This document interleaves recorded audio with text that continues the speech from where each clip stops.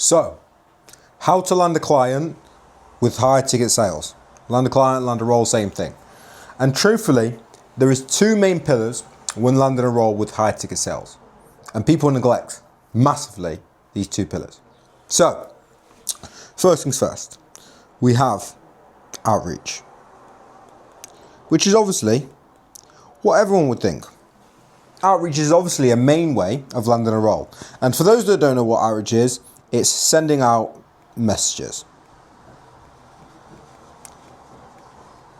So, I mean, it could even be calling, like cold calling, but I wouldn't recommend cold calling to land a high ticket sales role. It's sending out messages, whether this be via Insta, whether it be via Facebook, LinkedIn. I've even seen X now being used. All different ways. Outreach is obviously a massive one, which we're obviously going to dive into in depth in a minute. But there's another pillar that people truthfully hugely miss out. And the other pillar I'm talking about is network. And what I mean by this is who you are speaking to. So getting opportunities is basically what your network is. Because what I found in this space, good setters are hard to come about.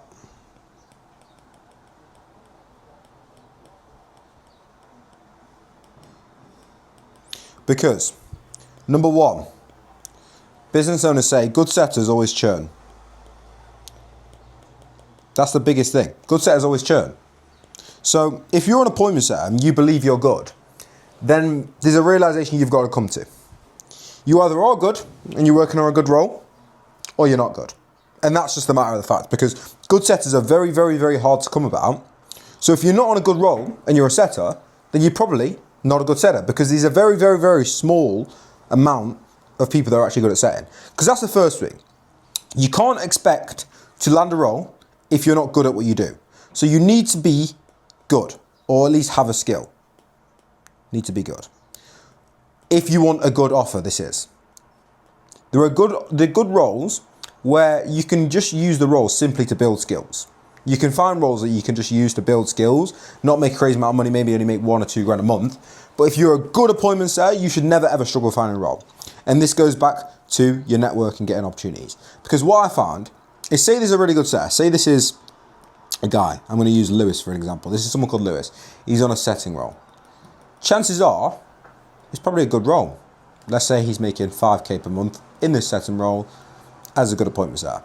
Imagine if the business owner is looking for a new setter, but they come to Lewis because they know Lewis is a good lad and they know he's a good setter. Chances are, if you're a footballer, you know other footballers. So Lewis is going to give this opportunity to one of his boys, someone in his network that he speaks to, that he can rely on, that is also a good setter. So this is why it's very important to network and be in environments with other good setters. So this doesn't just mean paid communities, but it just means proactively seeking out help from other people that are also doing well, and doing the best to communicate with other people that are doing well. So that's why network's really important. Obviously communities and paid communities help, because there can be like placements in there. And what placements are, it's a place where there are opportunities waiting to be filled. So ops waiting to be filled. Obviously, I know not all paid mentorships do this, but it is a good way to find clients. Because like I said, for me personally, I'm someone with not a huge personal brand, but I constantly get people outreaching to me. So like business owners outreaching to me, asking for DM setters, which shows you the lack of good appointment setters. Because if there was always good appointment setters, DM outreaches to them, they would obviously not be looking for them. So if you're in an environment where you know people, or you're in a paid community, or you've got a good network, utilize that, because so many people neglect it and think outreach is the only way to sign clients. However, outreach. So this is obviously like the organic method, we'll say, in terms of how I started, how everyone normally starts if they've got no skills or they don't really know what they're doing. Outreach. And the first thing I'll say with outreach is it making it unreasonable for you not to win.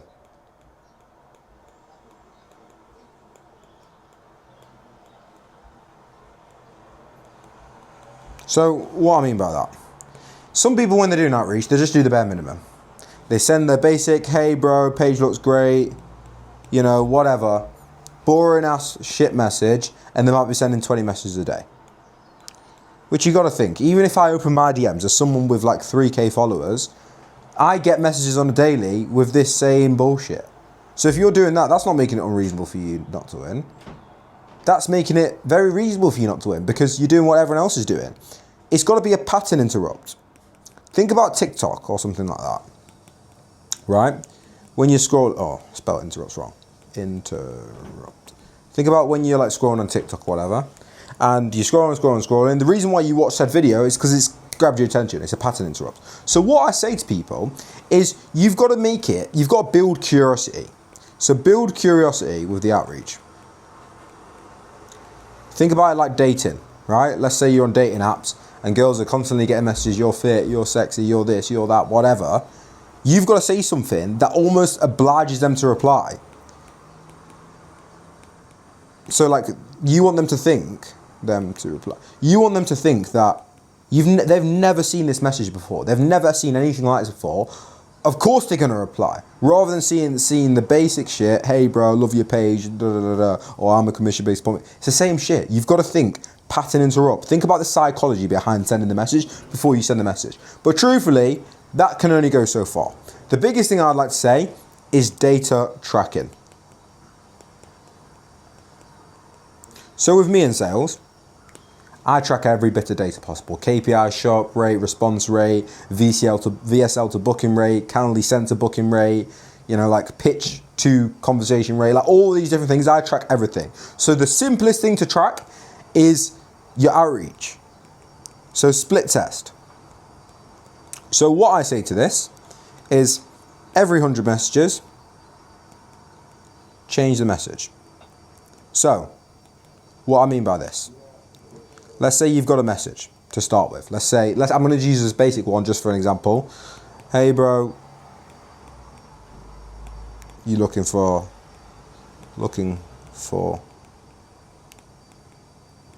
etc.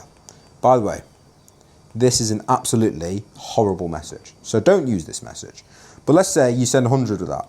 So you do that in 2 days, you send 50 messages, times 2 for 2 days, and you write that in like your sheets, or you track it down on a notepad like this, and you say 100. Every time someone replies to that, you add a little tally. And then by the end of the 2 days, or whenever you finish conversating with these people, you'll have your little tally. Let's say you got that many messages. Let's just say that's 10 messages. So you got 10 replies from 100 messages. So you know, this message can be associated to a 10% response rate. So now what you're going to do, you're going to try a different message saying, do you need more calls booked?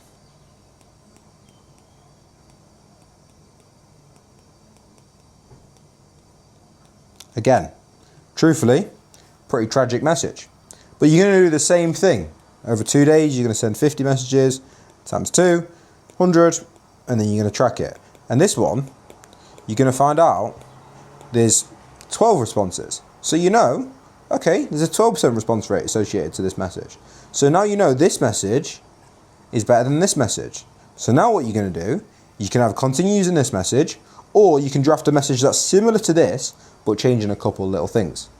Because then basically what you're aiming for is finding the best response rate. So that's how you're going to like perfect outreach, because essentially what you're going to do is, by doing this, you're going to keep getting better response rates, keep increasing the percentage, and get to a point where you're getting way more replies. And with more replies, you've got more chance of landing a client. So that's why it's really important. But this does really go back to the fact that there's no point doing this outreach, this data tracking, this networking if you don't actually have the skill. Because you can do all the outreach in the world, have all the data tracking in the world, find the best response rate, but then when it comes to you jumping on like interviews or something like that, you'll be shit, because when they ask you a question about the skill and they put you on the spot, you'll freeze. So big thing to take away from this is proactively learn the skill.